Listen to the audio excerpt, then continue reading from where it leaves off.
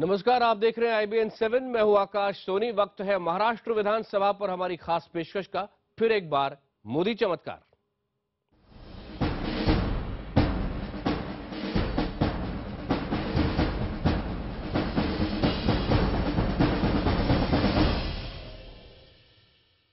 चुनाव प्रचार के लिए महाराष्ट्र पहुंचे प्रधानमंत्री नरेंद्र मोदी ने आज एनसीपी सुप्रीमो शरद पवार के गढ़ बारामती जाकर चुनावी रैली की।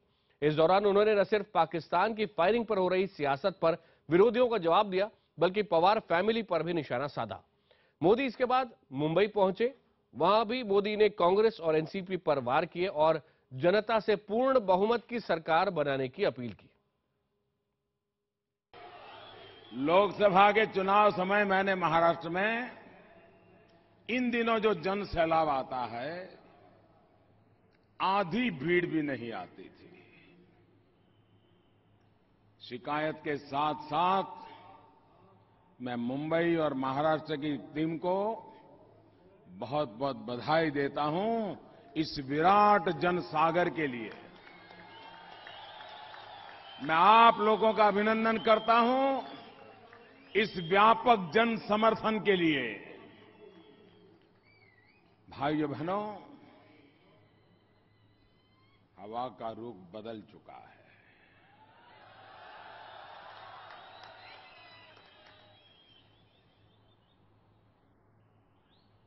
चाहे बाहुबली हो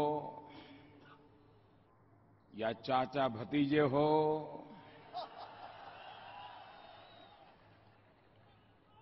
कोई बचने वाला नहीं।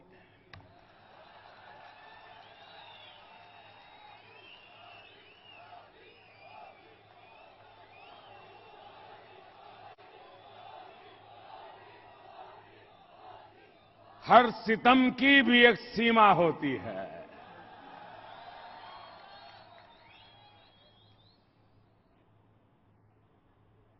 हर जुल्म के बाद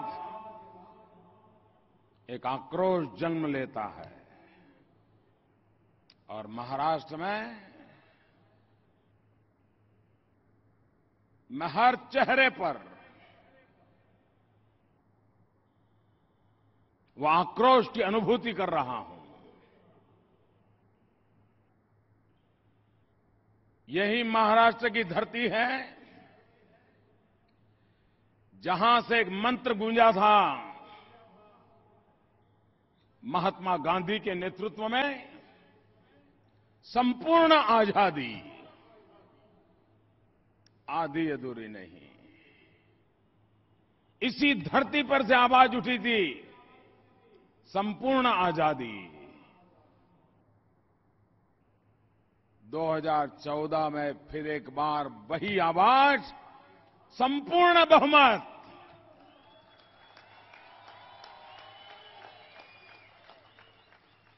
संपूर्ण बहुमत। और महाराष्ट्र इस संपूर्ण बहुमत की ताकत क्या होती है, ये भली भांति समझता है। भाइयों बहनों, इस चुनाव में छत्रपति शिवाजी महाराज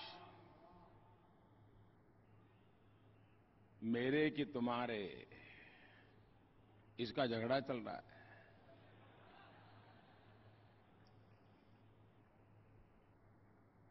छत्रपति शिवाजी महाराज हर किसी के हैं, हर युग के हैं। न वो किसी एक युग के हैं, वे अनंत अनंत युग के महापुरुष हैं। मैं जरा हमें दिन रात गालियां देने वालों को कहना चाहता हूं, श्रीमान शरद राव, अगर आपको छत्रपति शिवाजी महाराज के ऊपर इतना प्यार था, उनका भव्य सपना स्मारक बनाने के सपने कितनी बार दिखाए गए, क्यों बना नहीं पाए?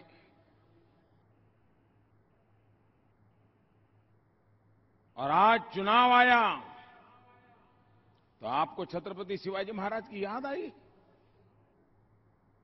बाबा साहब आंबेडकर के स्मारक के लिए कितने सालों से संघर्ष चल रहा है, लोग तड़प रहे हैं। जिस महापुरुष ने भारत को संविधान दिया, उसका सम्मान करना आपको नहीं आया, और आप सिर्फ वोट की राजनीति करते रहे।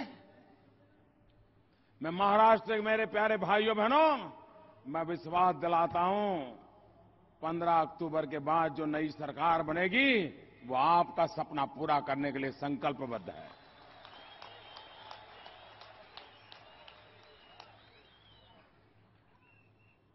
भाइयों बहनों,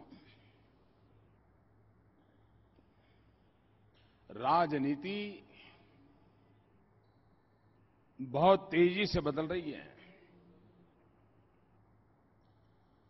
हिंदुस्तान की राजनीति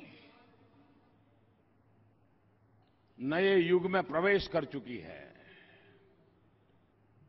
और पुराने तराजू से राजनीति की चर्चा करने वालों के लिए हो सके उतना जल्द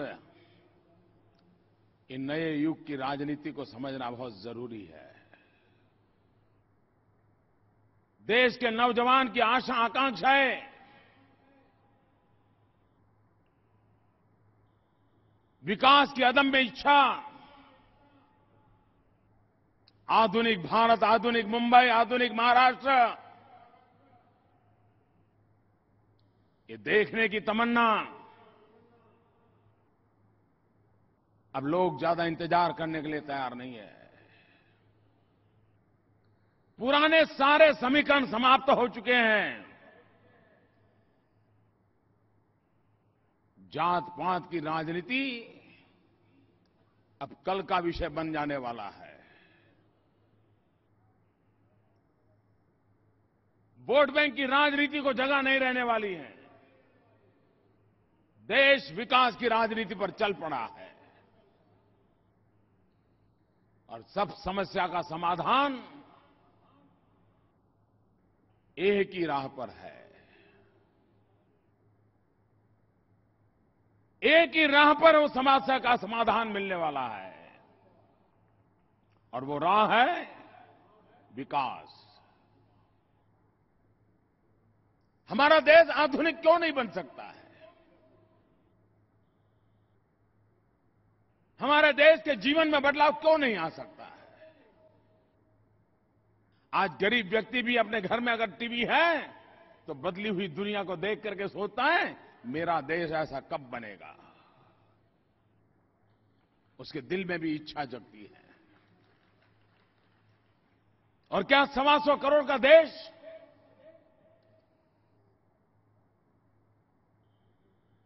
ये अपना पराक्रम पुरुषार्थ के द्वारा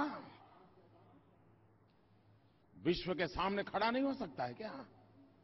यही तो देश है। हमारे ही तो पूर्वज थे जिनके पराक्रम के कारण ये देश दुनिया में सोने की चिड़िया के रूप में जाना जाता था।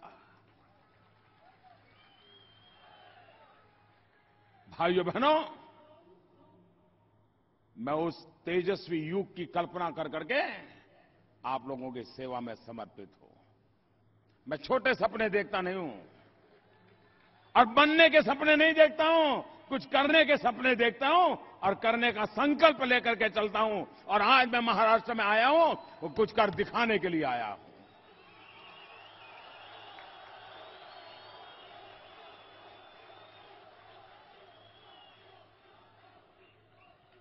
भाइयों बहनों, मुझे देश की गली मोहल्ले की हर चीज का पता लगने लगा है। बारीकियों को मैं समझने लगा हूं और मैं पूरे कन्विक्शन के साथ कहता हूं, मुंबई और महाराष्ट्र के आगे गए बिना देश आगे नहीं जा सकता है। अगर मुंबई और महाराष्ट्र रुक जाए तो देश भी रुक जाएगा और मुंबई महाराष्ट्र चल पड़े तो देश भी चल पड़ेगा। भाइयों, ये सामर्थ्य है इस भूमि में, यहां के लोगों में वो पराक्रम है। लेकिन कठिनाई ये है कि 15 साल आपने बर्बाद कर दिए। ऐसे लोगों के हाथ में इतना महान राज्य दे दिया, इतना महान राष्ट्र दे दिया लोगों को, महाराष्ट्र। और उन्होंने अपनी ओछी राजनीति का उसे एक मैदान में परिवर्तित कर दिया। जेब भरने के लिए भ्रष्टाचार की सारी सीमाएं लांघ दी भाई। ये 15 अक्टूबर 15 साल के पापों को धोने का पुण्य अवसर है, पुण्य अवसर है।